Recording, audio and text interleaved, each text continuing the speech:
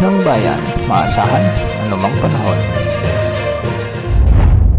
Magandang araw po sa ating lahat. Narito ang update sa lagay ng panahon ngayong araw ng Biyernes, May 31, 2024. Sa ngayon ay patuloy na nakakaapekto sa kanlurang bahagi ng bansa ang southwest monsoon o habagat ang siyang magdadala ng maulap na panahon at minsan ay maulang panahon. May update din tayo sa bagyo na nasa labas ng ating area of responsibility at ayon nga sa Japan Meteorological Agency o ang GMA, isang mahinang bagyo na ang low pressure area na nasa South China Sea o West Philippine Sea. Sa ngayon ay may lakas itong umaabot ng 55 km per hour at pagbugsong umaabot naman ng 85 km per hour. Ito ay kumikilos pahilagang kanluran ng mabagal ngunit inaasahang sa mga susunod na oras ay kikilos na ito pahilagang silangan papunta sa bansang China. Posibleng lumakas pa ito bilang tropical storm habang papalapit o bago maglandfall sa China.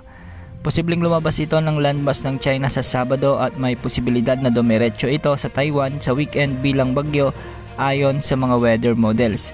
Samantala kung sakali mang papasok ito ng ating area of responsibility, ang susunod na pangalan ng bagyo na nakalista ay Bagyong Butchoy. Samantala ang hanging habagat o southwest monsoon naman ay nakakaapekto sa kanlurang bahagi ng western section ng Luzon kung saan makararanas ng mga kalat-kalat na pag-ulan ang Ilocos Region hanggang sa mga susunod na araw. Asahan rin ang kalat-kalat na pag-ulan sa bahagi ng Batanes at Babuyan Island dulot naman ng frontal system. Ayon sa mga numerical weather models, posibleng lumakas ang hanging habagat o southwest monsoon sa unang bahagi ng susunod na linggo na maaring magpataas ng tsansa ng mga pag-ulan. Sa lagay ng panahon ngayong Biyernes, asahan ang maulap na kalangitan na may kalat-kalat na pag-ulan sa Ilocos Norte, Ilocos Sur, La Union at Pangasinan dulot ng habagat. Magiging maulap din ang kalangitan sa Batanes at Babuyan Islands dulot pa rin ng umiiral na frontal system. Ganitong panahon din ang posibleng maranasan sa bahagi ng Abra, Benguet, Mountain Province, Ifugao, Apayao, Kalinga, Mainland Cagayan, Isabela, Quirino, Nueva Vizcaya at Aurora, sanhi naman ng mga localized thunderstorms lalo na pagsapit ng hapon o gabi. Sa Southern Luzon ay magiging maulap naman ang kalangitan na may pulo-pulong pag-ulan, pagkidlat, pagkulog, lalo na sa bahagi ng Bicol Region, sa may Oriental Mindoro, Marinduque, kasama ang Romblon at Northern Samar.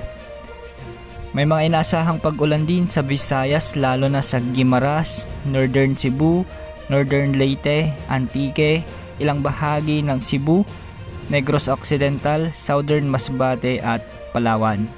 Sa Mindanao asahan naman ang pag-uulan sa Zamboanga Peninsula, Misamis Provinces, Lanao Provinces, ilang bahagi ng Soc-Sargen at Caraga.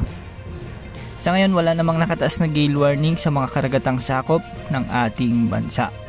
Samantala ayon sa Pag-asa, ngayong pumasok na ang tag-ulan sa bansa, posible ang higit sa normal o above normal na mga pag-ulan simula Oktubre ngayong taon dahil sa unti-unting pagkawalan ng El Nino at ang nagbabanta namang pagpasok ng La Nina sa mga susunod na buwan sa ating bansa. Ayon din sa Pag-asa, mas maraming rain-bearing system tulad ng localized thunderstorms, frontal system, shear line, monsoon rains, low pressure areas at mga bagyo ang inaasahan sa pagsisimula ng tag-ulan. Ayon din sa ahensya, may mga inasang monsoon break din tuwing May at saka Hunyo, kaya mararanasan pa rin natin ang maiinit na panahon at posible pa rin ang mga danger level na heat index. Nagbabala din ang Pag-asa na pagsapit ng August, September, October at November ay may mga bagyo na posibleng maghatid ng mas maraming volume ng tubig na dahilan para magdala ng mga pag-ulan sa bansa at posibleng magdulot ng mga pagbaha. Yan ang update sa lagay ng panahon. Ito po ang weather update ng bayan, maasahan anumang panahon.